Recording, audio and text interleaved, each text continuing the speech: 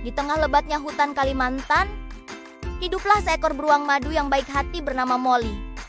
Molly punya sahabat terbaik, seekor tupai lincah bernama Siki.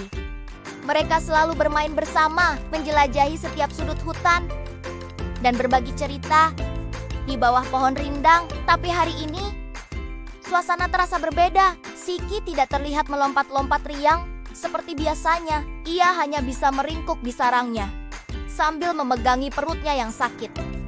Wajahnya pucat, dan ia mengerang kesakitan. Molly sangat khawatir melihat sahabatnya. Ia bertanya pada Pak Tarsius, hewan paling bijaksana di hutan. Pak Tarsius menjelaskan bahwa satu-satunya obat untuk menyembuhkan Siki adalah buah pelangi yang langka. Buah itu hanya tumbuh di puncak Bukit Harapan, sebuah tempat yang sangat jauh dan medannya sulit. Jalannya licin, menanjak, dan penuh rintangan. Mendengar itu, tanpa ragu sedikit pun, Molly menatap Siki yang lemah.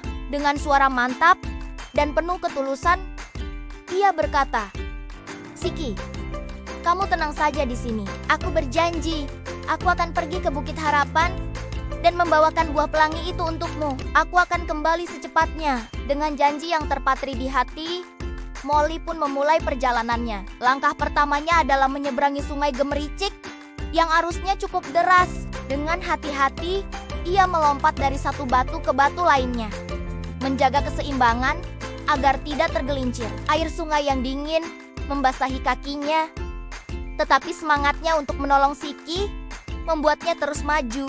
Setelah berhasil melewati sungai, perjalanan Molly membawanya ke sebuah padang rumput yang luas. Di sana, ia bertemu dengan Pak Kancil yang sedang beristirahat. Pak Kancil yang bijak menyapa Molly. "Wahai Molly, hendak kemana kau terburu-buru?"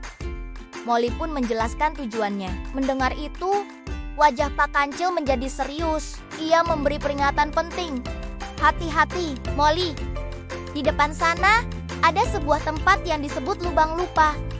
Itu bukan lubang sungguhan, tapi sebuah padang rumput yang sangat indah. Rumputnya hijau, bunga-bunganya mekar, dan banyak sekali hewan yang bermain di sana. Tempat itu begitu menyenangkan, sampai-sampai siapapun yang singgah akan lupa waktu, lupa tujuan, bahkan lupa pada janji mereka." Molly berterima kasih atas peringatan itu dan melanjutkan perjalanan. Tak lama kemudian, ia tiba di Lubang Lupa. Tempat itu persis seperti yang digambarkan Pak Kancil. Sangat indah. Molly yang sudah mulai lelah dan haus melihat sekumpulan hewan sedang bermain lempar tangkap dengan gembira. Seekor rusa yang ramah menghampirinya. "Hai beruang, kenapa wajahmu lelah sekali? Ayo, bergabunglah dengan kami. Air di sini segar dan buah-buahannya manis. Kita bisa bermain sampai sore." Godaan itu begitu kuat. Molly membayangkan betapa menyenangkannya beristirahat sejenak, minum air segar, dan bermain bersama teman-teman baru. Namun, saat ia hampir melangkah bergabung, tiba-tiba terlintas di benaknya wajah Siki yang sedang menahan sakit.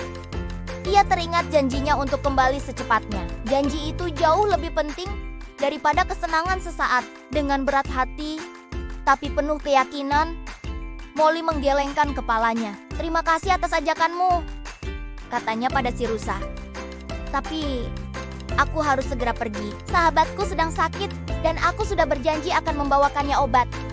Molly pun berbalik dan meninggalkan Lubang Lupa, meninggalkan semua godaan di belakangnya. Ia tahu, menepati janji adalah prioritas utamanya. Setelah berhasil melewati godaan di Lubang Lupa, perjalanan Molly menjadi semakin berat. Jalan setapak menuju Bukit Harapan mulai menanjak curam dan berbatu. Kakinya terasa pegal dan napasnya mulai tersengal-sengal. Semakin tinggi ia mendaki, kabut tebal mulai turun menyelimuti sekelilingnya. Jarak pandangnya menjadi terbatas dan udara terasa dingin menusuk tulang. Molly hampir tidak bisa melihat apa-apa di depannya. Rasa putus asa mulai menyelinap ke dalam hatinya. Ia duduk di atas sebuah batu, merasa lelah luar biasa. "Apakah aku sanggup?" bisiknya pada diri sendiri. Tepat saat Molly hampir menyerah, secercah cahaya menembus kabut tebal. Matanya menangkap kilauan warna-warni yang indah dari kejauhan. "Itu dia, Buah pelangi. Buah itu tergantung di dahan tertinggi, sebuah pohon raksasa di puncak bukit. Melihat tujuannya begitu dekat, semangat Molly berkobar kembali. Rasa lelahnya seakan hilang seketika. Dengan sisa tenaga yang ia miliki, Molly berlari menuju pohon itu. Tanpa ragu, ia memanjat pohon raksasa itu. Dahan-dahannya licin karena embun. Tapi Molly tidak peduli. Ia terus memanjat lebih tinggi dan lebih tinggi. Dengan tatapan mata hanya tertuju pada buah ajaib itu. Akhirnya, dengan satu raihan terakhir, tangannya berhasil memegang buah pelangi yang berkilauan. Ia berhasil! Molly memetik buah itu dengan hati-hati. Rasanya ia ingin beristirahat sejenak, menikmati keberhasilannya di puncak bukit. Pemandangan dari atas sana pasti sangat indah, tapi ia teringat kembali pada janjinya. Janji adalah janji tanpa berhenti. Ia segera bergegas turun dari bukit dan berlari pulang secepat yang ia bisa. Ia melewati kembali lubang lupa tanpa menoleh sedikit pun. Menyeberangi sungai gemericik dengan lebih cekatan. Seluruh pikirannya hanya tertuju pada Siki. Setibanya di hutan, Siki yang masih lemah terkejut melihat kedatangan Molly. Ia langsung menyambut sahabatnya dengan pelukan hangat. "Molly, kau kembali," serunya lirih. Molly memberikan buah pelangi itu kepada Siki. Dengan perlahan, Siki memakan buah ajaib itu. Dan keajaiban pun terjadi. Seketika, rasa sakit di perut Siki hilang. Wajahnya kembali ceria. Dan tubuhnya terasa segar bugar. Ia melompat-lompat dengan gembira, seperti tidak pernah sakit sebelumnya. "Terima kasih Molly, kau menyelamatkanku," kata Siki sambil memeluk Molly erat. Molly tersenyum bahagia. Melihat sahabatnya sembuh adalah hadiah terindah. Ia belajar hari itu. Menepati janji memang tidak selalu mudah.